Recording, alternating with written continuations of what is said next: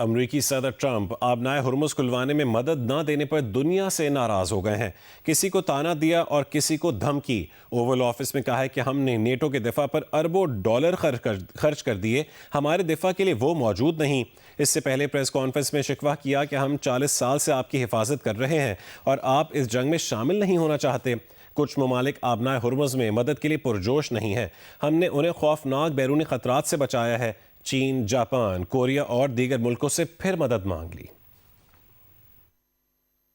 It was very disappointing, and then after we obliterated them and destroyed their military, the whole thing, and it became a much safer zone, he said, we're going to send over 2 aircraft carriers. I said, I don't want them anymore. I don't want them after we win. I want them before we start. I don't need your aircraft carriers after we've already won. So, those things are very disappointing. If Iran, as you said, totally obliterated, got the missiles, got the first 2 rounds of leadership, Air Force gone, Navy gone, can we wrap this war up this week? Yeah, sure. Good. Will we? I don't think so, but it'll be soon. Won't be long. And we're going to have a much safer world when it's wrapped up. It'll be wrapped up soon.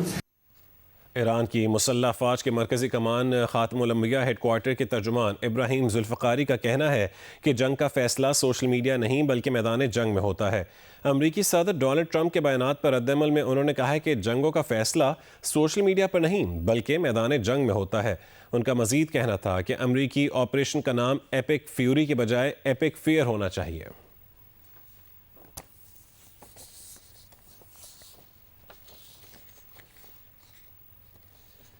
खलीजी खित्ते में missile और drone हमलों का सिलसिला जारी है। कई ममालिक के फ़ज़ाई दिफाई निज़ाम मुतहरिक हो गए हैं। कतर की दारुल हुकूमत दोहा में ज़ोरदार धमाके सुने गए। कतरी वजारत दाखिला के मुताबिक एक मिसाइल को फ़ज़ा में तबाह किया गया, जिसका मलबा सनती इलाके में गिरने से आग लग गई। सिविल डिफेंस की टीमें काबू पा रही हैं, जबकि किसी जानी नुकसान की इत्तला नहीं मिली।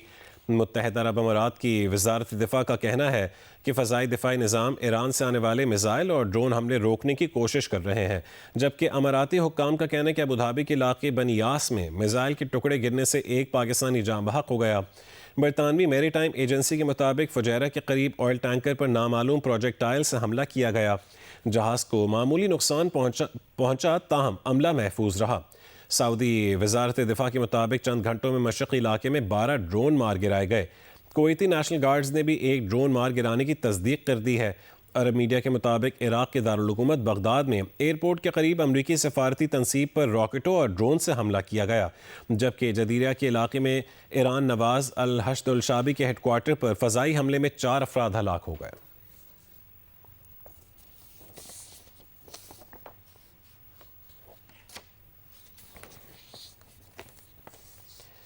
और ईरान की दारुल हुकूमत तेहरान पर इसराइल ने नए बड़े हमले किए हैं। इसराइली फ़ौज का कहना है कि तेहरान पर बड़े पैमाने पर हमलों की नई लहर शुरू की है, जिसमें तेहरान में इंफ्रास्ट्रक्चर को निशाना बनाया जा रहा है। मीडिया रिपोर्ट्स के मुताबिक शहर के अंदरजगू इलाके में भी एक बड़ा धमाका सुना गया, जबकि कामरानिया के इलाके में पासदारान इनकलाब की बसीज फोर्स के एक मरकज़ को निशाना बनाया गया। सादाबाद पैलेस कॉम्प्लेक्स के करीब भी कई शदीद धमाके सुनाई दिए, ताहम इन धमाकों की नौयत फौरी तौर पर वाज़े नहीं हो सकी। इससे कबल करज, शहरियार और शिराज की समत के इलाकों में भी फ़ज़ाई हमलों की इत्तलात सामने आई थीं। पाकिस्तानी टैंकर आबनाए हुर्मुज से गुजरते हुए ईरान के साहिल के करीब रहकर निकलने वाला ताज़ा तरीन जहाज़ बन गया है। अमरीकी जरीदे ब्लूमबर्ग के मुताबिक पाकिस्तानी परचम बरदार जहाज़ कराची इतवार के रोज़ ईरानी जज़ायर लार्क और कशम के दरमियान एक तंग रास्ते से गुजरा, जिसके बाद वो साहिल के साथ साथ खलीज ओमान की जानिब बढ़ा। ईरानी बंदरगाह पर रुकने वाले 2 कार्गो जहाज़ों ने भी पीर के सुबह यही रास्ता इख्तियार किया और अपनी लोकेशन भी जाहिर करते रहे। इस नए रास्ते से जहाज़ों को महफूज गुजरने के लिए तेहरान से ग्रीन सिग्नल दरकार है। भारत और तुर्की समेत कई ममालिक ने ईरान से महफूज राहदारी मांग ली है।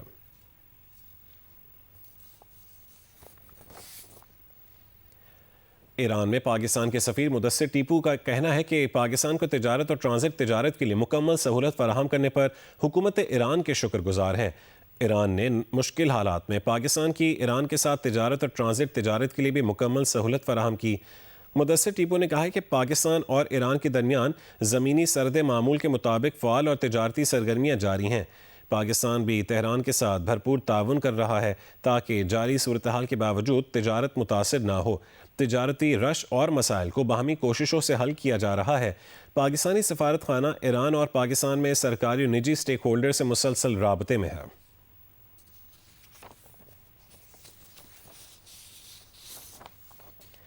एमनेस्टी इंटरनेशनल ने कहा है कि अमेरिका ने ईरान के स्कूल पर हमला करके आलमी कानून की खिलाफ वर्जी की। दिलखराश बात है कि बच्चों से भरे क्लासरूम्स कत्लगाह बन गए। अगर स्कूल की मालूमात नहीं थी तो ये बहुत बड़ी इंटेलिजेंस नाकामी है। स्कूल हमले में मुलव्वस अफराद को इंसाफ के कटहरे में लाया जाए।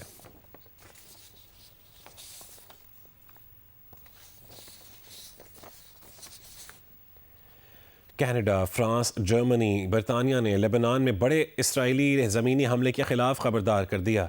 मुश्तरका बयान में कहा है कि लेबनान में अहम इसराइली ज़मीनी कार्रवाई को रोकना चाहिए क्योंकि उसके तबाहकुन इंसानी नताइज बरामद हो सकते हैं।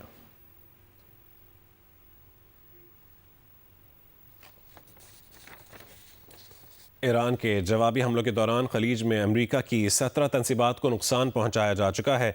मुतादिद तनसीबात को एक से ज़ायद बार निशाना बनाया गया। अमरीकी अखबार न्यूयॉर्क टाइम्स ने सैटेलाइट इमेजेस के जरिए तस्दीक कर दी है। अमरीकी अखबार न्यूयॉर्क टाइम्स के मुताबिक खलीज में ईरान की जानिब से अमरीका की 17 तनसीबात को निशाना बनाया जा चुका है, जिनमें से 11 फ़ौजी तनसीबात थीं। खित्ते में अमरीकी फ़ौजी तनसीबात की तादाद इससे करीब करीब दुगनी है। जंग शुरू होने के फौरी बाद 1 मार्च को कुवैत में अमरीका के अली अल सालिम फ़ौजी अड्डे को निशाना बनाया गया। इसी रोज़ सऊदी अरब का शहजादा सुल्तान एयरबेस और मुत्तहदा अरब अमारात का जबल अली पोर्ट निशाना बना।